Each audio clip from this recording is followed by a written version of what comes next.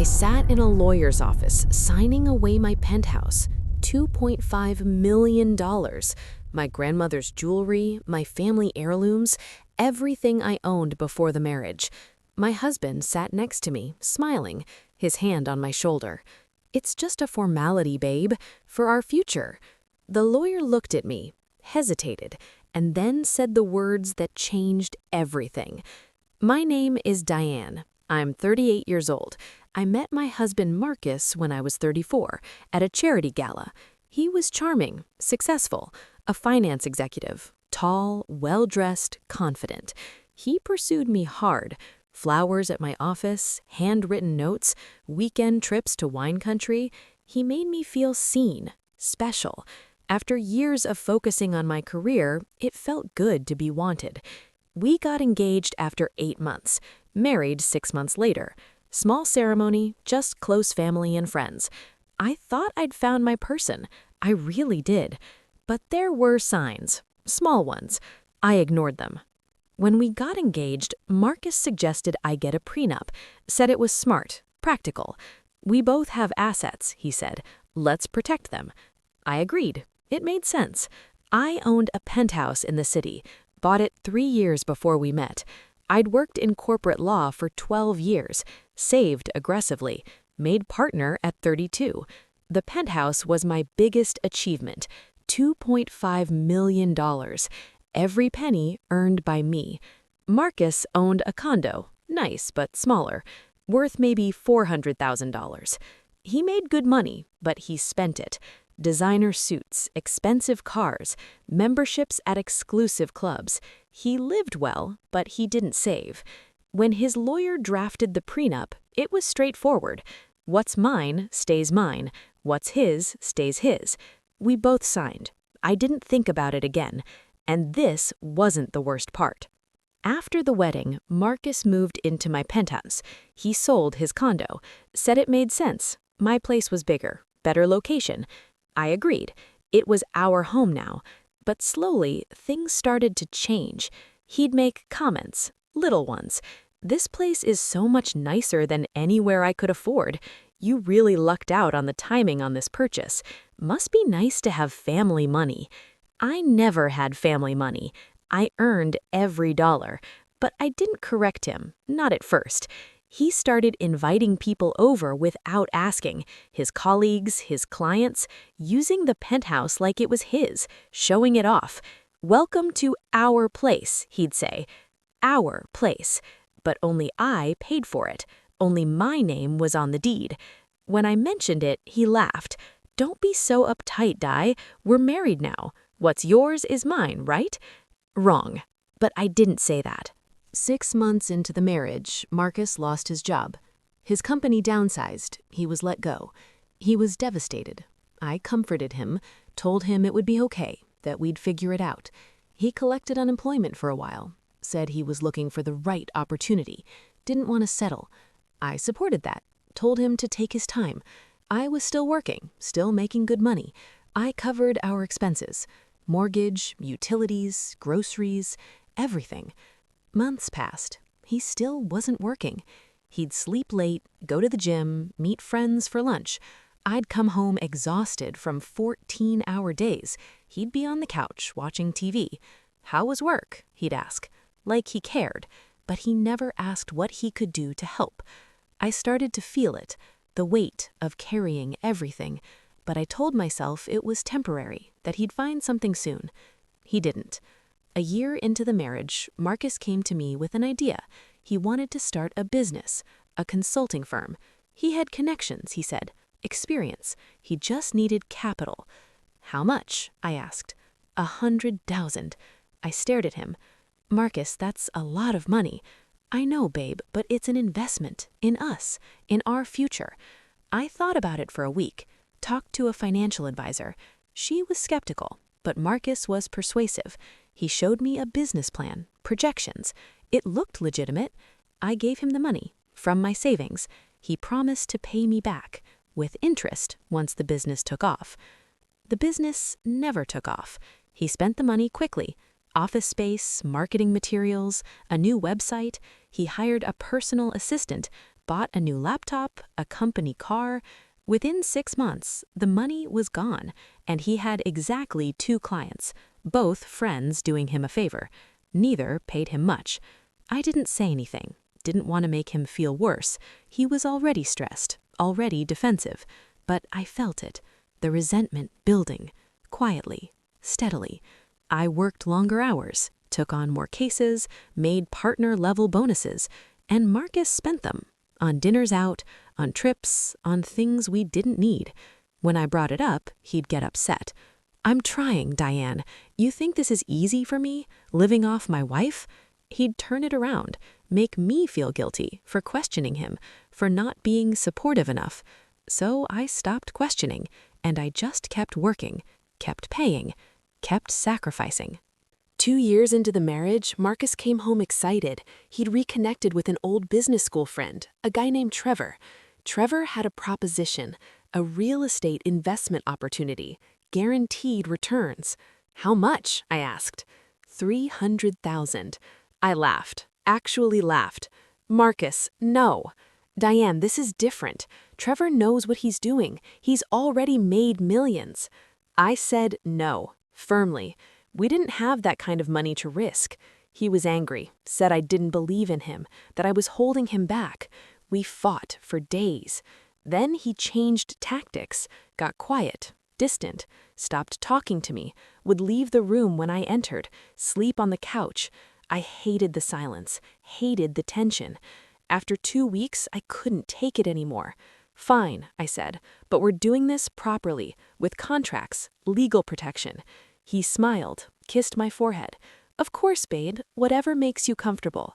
That's when he brought up the post-nuptial agreement, said Trevor's lawyer recommended it for liability purposes, to protect me. Protect me from what? "From business risks," Marcus said. "If the investment goes south, your assets are separate, safe." It sounded reasonable. He set up a meeting with a lawyer, a guy named Richard Paulson, Marcus's lawyer, not mine. I should have brought my own. I know that now. But I trusted Marcus, and I was tired of fighting. The meeting was on a Wednesday afternoon.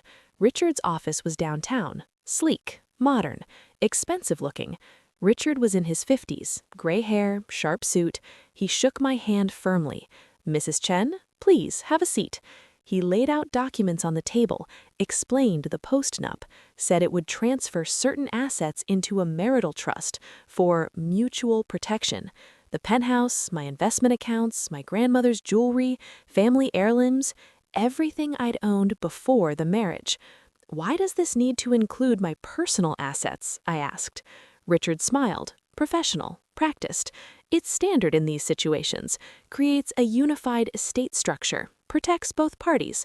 Marcus squeezed my hand. "It's just paperwork, Di. It doesn't change anything." I read through the documents, pages and pages of legal language. My head was spinning. I'm a lawyer, but this wasn't my specialty. Corporate law, not family law. I should have called someone, a colleague, a friend, someone who could review this properly. But Marcus was watching me. Richard was watching me, and I felt the pressure, the expectation. "Do you have any questions?" Richard asked. I had dozens, but I said no. I signed, page after page. My hand was shaking, but I signed. Marcus smiled, kissed my cheek. "Thank you, babe. This means everything." 3 weeks later, I came home early from work, had a migraine, needed to lie down. Marcus wasn't home. I went to our bedroom, noticed his laptop open on the desk. Usually he closed it, was meticulous about it. But today it was open, screen still on. I shouldn't have looked, I know that. But something made me. Instinct, maybe. Or just exhaustion with all the secrets. I sat down, looked at the screen. An email was open. From Trevor. The subject line, Phase 2 complete. I read the email. Once. Twice. 3 times. Trying to make sense of it. "Marcus, Phase 2 is done. Post-nup signed and filed. The penthouse and investment accounts are now joint marital property. Once we hit the 2-year mark, you can file for divorce. California law means 50-50 split. You're looking at $1.5 million minimum, plus half the investments and the jewelry appraised at $200K. Not bad for 2 years of work. The real estate, investment. There never was one. Just needed the story to justify the post-nup. You played it perfectly. She never questioned it. Paulson said to sit tight. Don't do anything stupid. Wait for the 2-year mark and then file. Clean break. We'll celebrate when it's done. T. I couldn't breathe. Literally couldn't breathe.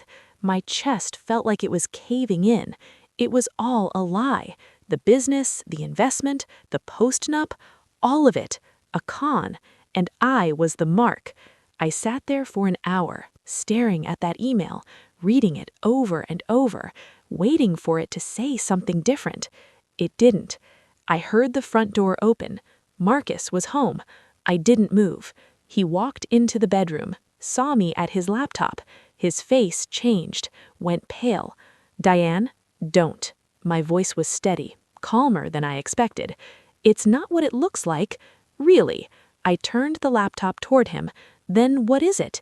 He stammered, tried to explain, said Trevor was joking, that it was taken out of context, that he'd never actually go through with it. Get out. Diane, please. Get out. He left, grabbed a bag, threw some clothes in it, kept talking, kept trying to explain. I didn't listen. When the door closed behind him, I called my lawyer, my real lawyer. A woman named Patricia Hoffman. I'd known her for years, worked cases with her, trusted her. Patricia, I need help. What happened? I told her everything. She was quiet for a long moment. Then she said, don't sign anything else. Don't talk to him, and forward me that email. Patricia called me the next morning. Diane, we have a problem. The post-nup? It's valid. My heart sank. But there's a clause. What clause? Any agreement signed under fraudulent pretenses can be voided, and that email is evidence of fraud. Relief flooded through me. So we can fight this? We can do better than that. We can destroy him. Patricia filed an emergency motion to void the post-nuptial agreement, attached the email as evidence, requested a hearing. Marcus's lawyer, Richard Paulson, tried to block it, said the email was taken out of context, that it was inadmissible. The judge disagreed, set a hearing for 2 weeks later. The hearing was in family court. I wore a navy suit, sat next to Patricia. Marcus sat across the room, next to Richard. He wouldn't look at me. The judge was a woman in her 60s, Judge Linda Kaplan. She had a reputation, fair but no nonsense. She read through the documents, the post-nup, the email, Patricia's motion. Then she looked at Richard. Counselor, did you advise your client that entering into a post-nuptial agreement with the intent to defraud constitutes grounds for voiding said agreement? Richard cleared his throat. Your Honor, there's no evidence of intent. There's an email. Emails can be misinterpreted. Mr. Paulson. Judge Kaplan's voice was ice. I've been doing this for 30 years. Don't insult my intelligence. Richard went quiet. The judge turned to Marcus. Mr. Chen, did you enter into this post-nuptial agreement with the intention of filing for divorce and claiming half of your wife's premarital assets? Marcus looked at Richard. Richard nodded slightly. I don't recall. You don't recall? Judge Kaplan held up the printed email. You don't recall writing to Trevor Harrison about Phase 2 and a $1.5 million minimum? Silence. Your Honor, Richard stood. My client wishes to invoke his Fifth Amendment right. This is a civil hearing, Mr. Paulson, not a criminal trial, though if Mrs. Chen wishes to press charges for fraud, that's certainly an option. Patricia leaned over, whispered, Do you want to press charges? I thought about it. Looked at Marcus. He looked small, pathetic. Not yet, I said. Judge Kaplan ruled in my favor, voided the post-nuptial agreement. ordered Marcus to vacate the penthouse immediately, reinstated the prenuptial agreement. What's mine stays mine. What's his stays his. But she didn't stop there. Mr. Chen, I'm also ordering you to pay Mrs. Chen's legal fees. All of them. And I'm referring this matter to the California State Bar for review of Mr. Paulson's conduct. Richard's face went white. Furthermore, I'm issuing a restraining order. Mr. Chen, you are not to contact Mrs. Chen directly. All communication goes through attorneys. Understood? Marcus nodded, couldn't speak. Have you ever watched someone's plan completely fall apart in real time? It's satisfying and devastating, all at once. The story spread quickly. Legal community is small. People talk. Within a week, everyone knew. Marcus's reputation was destroyed. No firm would hire him, not after trying to defraud his own wife. His consulting business, what little of it existed, disappeared. Clients vanished, connections dried up. Richard Paulson was investigated by the state bar for helping Marcus craft a fraudulent agreement. He wasn't disbarred, but he was sanctioned, suspended for 6 months. His firm asked him to retire early. He did. Trevor Harrison? Turned out he had his own problems. The SEC was already investigating him for securities fraud. He's in federal prison now, 5-year sentence. Marcus tried to reach out, through mutual friends, through his family. His mother called me, said he made a mistake, that he was sorry, that I should forgive him. I told her the truth. Your son didn't make a mistake. He ran a con for 2 years. That's not a mistake. That's malice. She hung up. His friends stopped reaching out after that. Most of them knew, some had suspected, a few even warned me, I found out later, but I hadn't listened, hadn't wanted to see it. Now I saw everything. My colleagues were supportive, horrified but supportive. Patricia became a close friend. She'd seen this before, not this exact situation, but variations. Men like Marcus, she said once over coffee, they see successful women as targets, not partners, targets. I filed for divorce 2 months after the hearing. Irreconcilable differences. Fraud. Breach of trust. Marcus didn't contest it. Couldn't. He had no ground to stand on. The divorce was finalized in 6 months. He got nothing, per the prenup. What's mine stayed mine. What's his stayed his. Except he had nothing, and I had everything I'd earned. It's been 3 years now. I still live in the penthouse. It doesn't feel tainted. Not anymore. At first it did. Every room reminded me of him, of what he'd tried to do. I redecorated, changed everything. New furniture, new paint, made it mine again, truly mine. I'm still a partner at my firm, still working long hours, still building my career. But I'm more careful now, more aware. I don't ignore red flags. I don't dismiss my instincts, and I sure as hell don't sign legal documents without my own lawyer present. I went to therapy, dealt with the betrayal, the shame, the anger.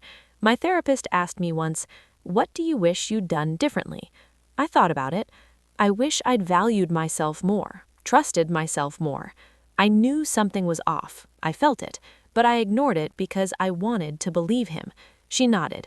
That's not your fault. That's human. But it was a lesson, a hard one I'll never forget. I don't date much now. I'm open to it, but I'm cautious. I watch for signs, for patterns, for people who love what I have more than who I am.